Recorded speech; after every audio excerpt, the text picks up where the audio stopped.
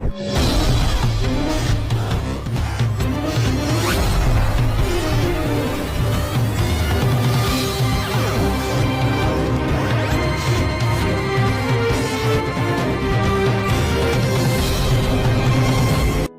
parte. La Iglesia de Cristo fundada. Estudio en el libro de los Hechos de los Apóstoles.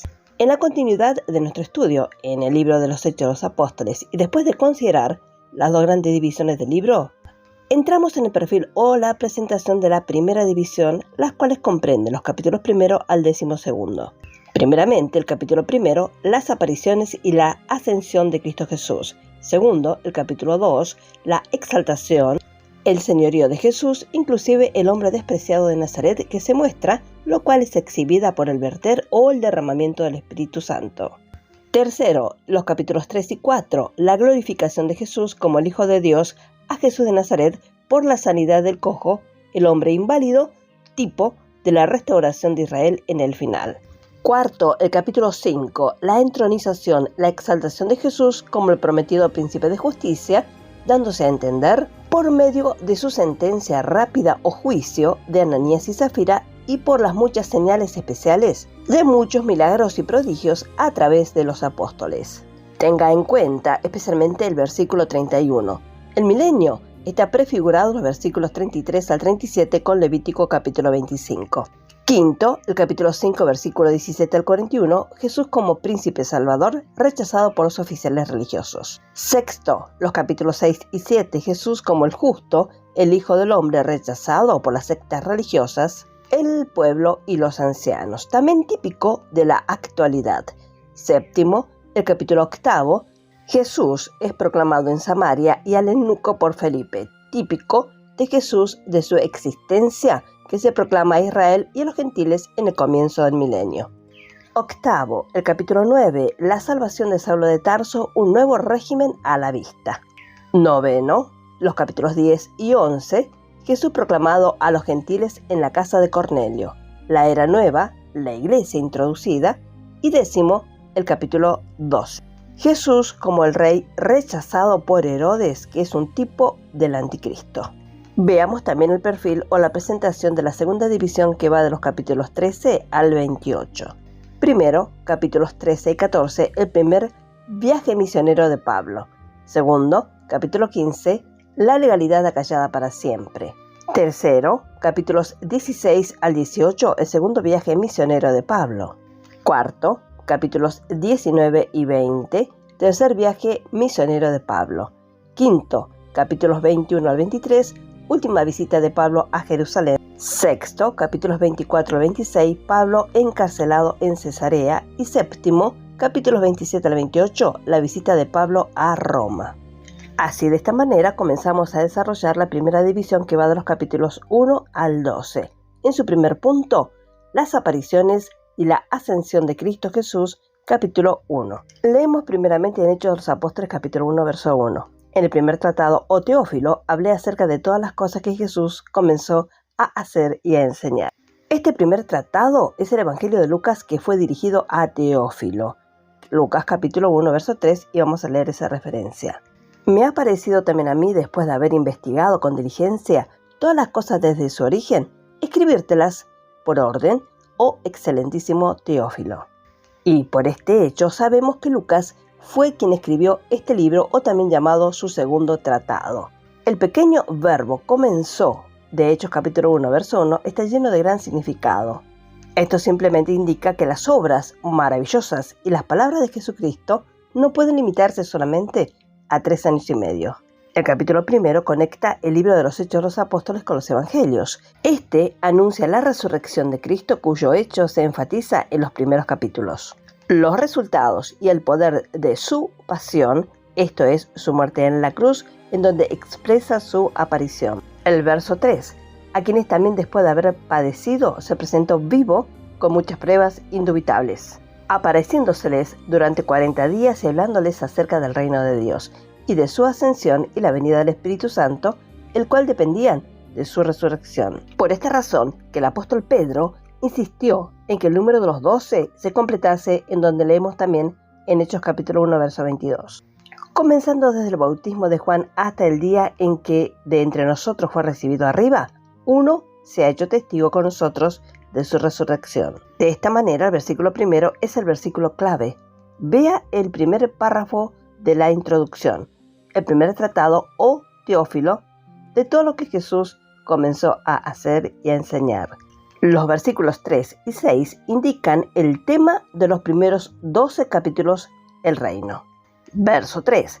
A quienes también después de haber padecido, se presentó vivo con muchas pruebas indubitables, apareciéndoseles durante 40 días y hablándoles acerca del reino de Dios. Verso 6. Entonces los que se habían reunido le preguntaron, diciendo, Señor, ¿restaurarás el reino de Israel en este tiempo? Versículo 7 es una porción oculta o encubierta para aquellos discípulos. Leemos la referencia. Y les dijo, no os toca a vosotros saber los tiempos o las sazones que el Padre puso en su sola potestad. Ellos no vieron a continuación esta era de la iglesia. La pregunta del versículo 6 expresó su gran preocupación e interés. Las palabras claras y repetidas de Jesús para ellos hizo esperar por su regreso para reinar. Observe la relación íntima en los hechos importantes de este capítulo como si ocurriesen o ocurrieran en sucesión inmediata. Hoy la muerte de Cristo, mañana su resurrección y al día siguiente su ascensión. Luego la llegada o advenimiento del Espíritu Santo y finalmente la segunda llegada, el retorno o advenimiento de Jesús. Leemos Hechos capítulo 1 verso 11. Los cuales también les dijeron, varones galileos, ¿por qué estáis mirando al cielo? Este mismo Jesús que ha sido tomado de vosotros al cielo, así vendrá como le habéis visto ir al cielo. De hecho, esto es precisamente lo real para Dios. Los discípulos no entendieron a Jesús cuando les dijo, sobre esta piedra, es decir, roca, edificaré mi iglesia. Mateo capítulo 16. Ellos esperaban el regreso inmediato de su Señor. Su lenguaje a lo largo de estos capítulos de aperturas refleja realmente este hecho. La palabra iglesia, que se produce numerosas veces en los primeros 12 capítulos, simplemente significa congregación o asamblea. Comparamos con las palabras de Esteban, Hechos capítulo 7, verso 38, la iglesia en el desierto. Este es aquel, Moisés, que estuvo en la congregación en el desierto, con el ángel que le hablaba en el monte Sinaí, y con nuestros padres, y que recibió palabras de vida que damos. Con Levítico capítulo 8, verso 13 al 5. Y reúne toda la congregación a la puerta del tabernáculo de reunión. Hizo pues Moisés como Jehová le mandó, y se reunió la congregación a la puerta del tabernáculo de reunión. Y dijo Moisés a la congregación, esto es lo que Jehová ha mandado a hacer. Esto simplemente significa el pueblo de Dios. Recordemos que estos primeros capítulos están principalmente ocupados con los asuntos del reino. Los asuntos de la iglesia realmente comienzan con el capítulo 13. La respuesta del maestro a la pregunta a los discípulos del versículo 6 muestra que él quería que estuviesen interesados precisamente en ese momento con la promesa del Padre. Antes les había dado un discurso sobre el Espíritu Santo, lo que se ve en Juan capítulo 14 al 16, pero tenían que recibirlo a fin de entenderle y ser testigos de Cristo. Veamos una importante vacante ocupada. Después de la ascensión de Jesús, los discípulos se dirigieron al aposento alto o al cenáculo.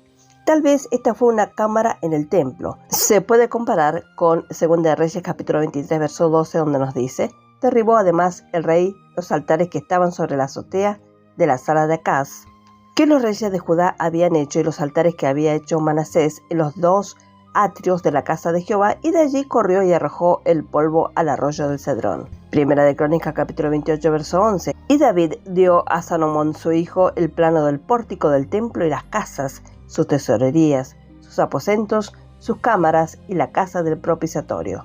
Marcos capítulo 14 verso 15.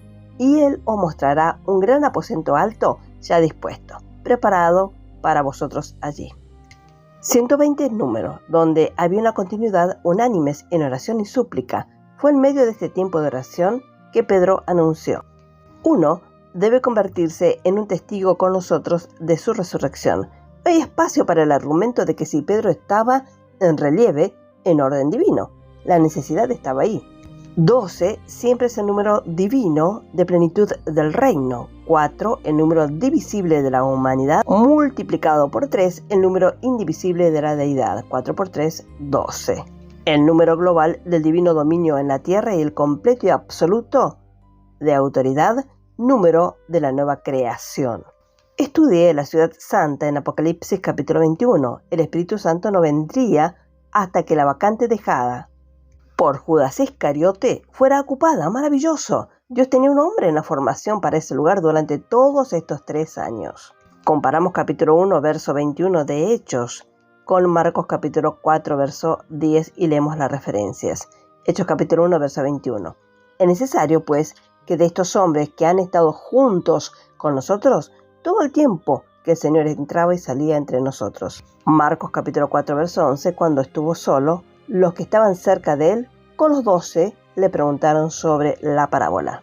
Matías, sin dudas, sabía esto hace mucho tiempo antes, así como Moisés supo 40 años de antemano que él debía conducir a Israel fuera de Egipto.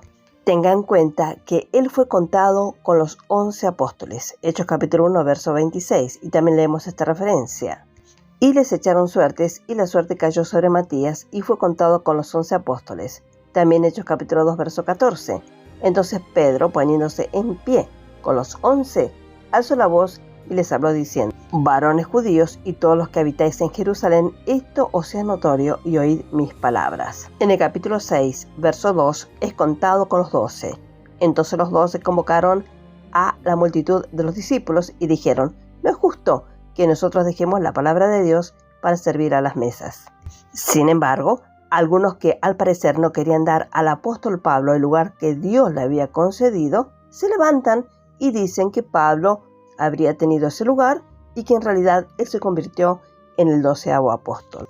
Dejemos que el apóstol Pablo responda por sí mismo. En 1 Corintios capítulo 15, él narra las ocasiones en que Cristo fue visto y por quién, después de su resurrección. Él declara en versículo 5 que se apareció a Cefas y después a los 12. Versículo 7, después de eso, él se apareció a Jacobo y a continuación a todos los apóstoles. El próximo verso prueba finalmente que Pablo no se contó a sí mismo como uno de los 12, ni como uno de todos los apóstoles, porque dice en el versículo 8, y al último de todos, como a un abortivo, como a uno nacido fuera de tiempo, me apareció a mí. Estudio cuidadoso de las siguientes citas muestra que hubo por lo menos otros 7 apóstoles, además de los 12, y que Pablo fue uno de ese grupo de los 7. Leemos las siguientes referencias. Hechos capítulo 19, verso 22. Y enviando a Macedonia a 2 de los que le ayudaban, Timoteo y Erasto, él se quedó por algún tiempo en Asia. Esto comparamos con 2 Corintios capítulo 8, verso 18. Y enviamos juntamente con él al hermano cuya alabanza en el evangelio se oye por todas las iglesias. 2 Corintios capítulo 8, verso 23. En cuanto a Tito, es mi compañero y colaborador para con vosotros, y en cuanto a nuestros hermanos, son mensajeros de las iglesias y gloria de Cristo. 1 Tesalonicenses capítulo 1, verso 1. Pablo, Silvano y Timoteo a la iglesia de los tesalonicenses en Dios Padre y el Señor Jesucristo. Gracia y paz sean a vosotros de Dios nuestro Padre y del Señor Jesucristo. 1 Tesalonicenses capítulo 2, verso 6. Ni buscamos gloria de los hombres, ni de vosotros, ni de otros, aunque podemos seros carga como apóstoles de Cristo. Con 2 Corintios capítulo 1, verso 19. Porque el Hijo de Dios Jesucristo, que entre vosotros ha sido predicado por nosotros, por mí, Silvano y Timoteo, no ha sido sí y no, mas ha sido sí en él. Hechos capítulo 4, verso 14. Cuando lo oyeron los apóstoles Bernabé y Pablo, rasgaron sus ropas y se lanzaron entre la multitud dando voces. 1 Corintios capítulo 4, verso 6.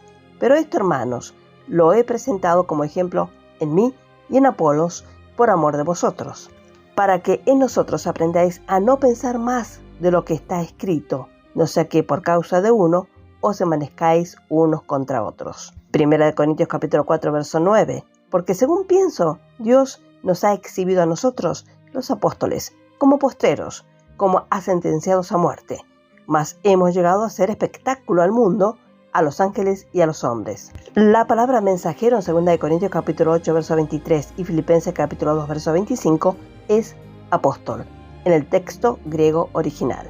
Leemos estas referencias. 2 Corintios capítulo 8, verso 23.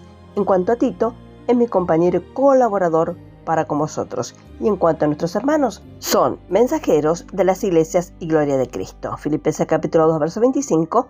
Mas tuve por necesario enviaros a Epafrodito, mi hermano y colaborador y compañero de milicia, vuestro mensajero y ministrador de mis necesidades.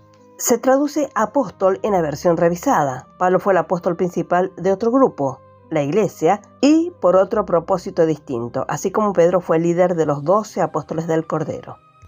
Con cuánta claridad la palabra expresa los propósitos de Dios, los cuales hacemos bien en meditarlos y escudriñarlos para nuestro beneficio espiritual. Por ahora dejaremos por aquí confiando en la guía del Espíritu Santo para el desarrollo de la palabra de Dios. Que el Señor los bendiga ricamente a cada uno. Amén y amén.